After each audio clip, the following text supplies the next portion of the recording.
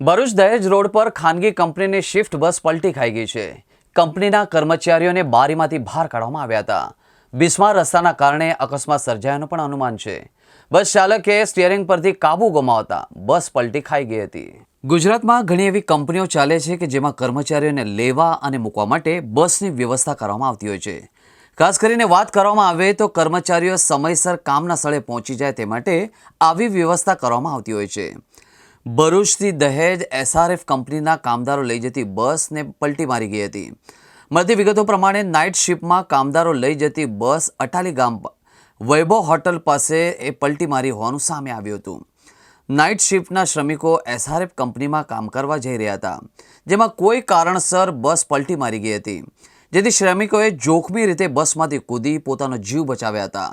બસના કર્મચારીઓ જોખમી રીતે પોતાનો જીવ બચાવી બસની બારીમાંથી કૂદ્યા હતા।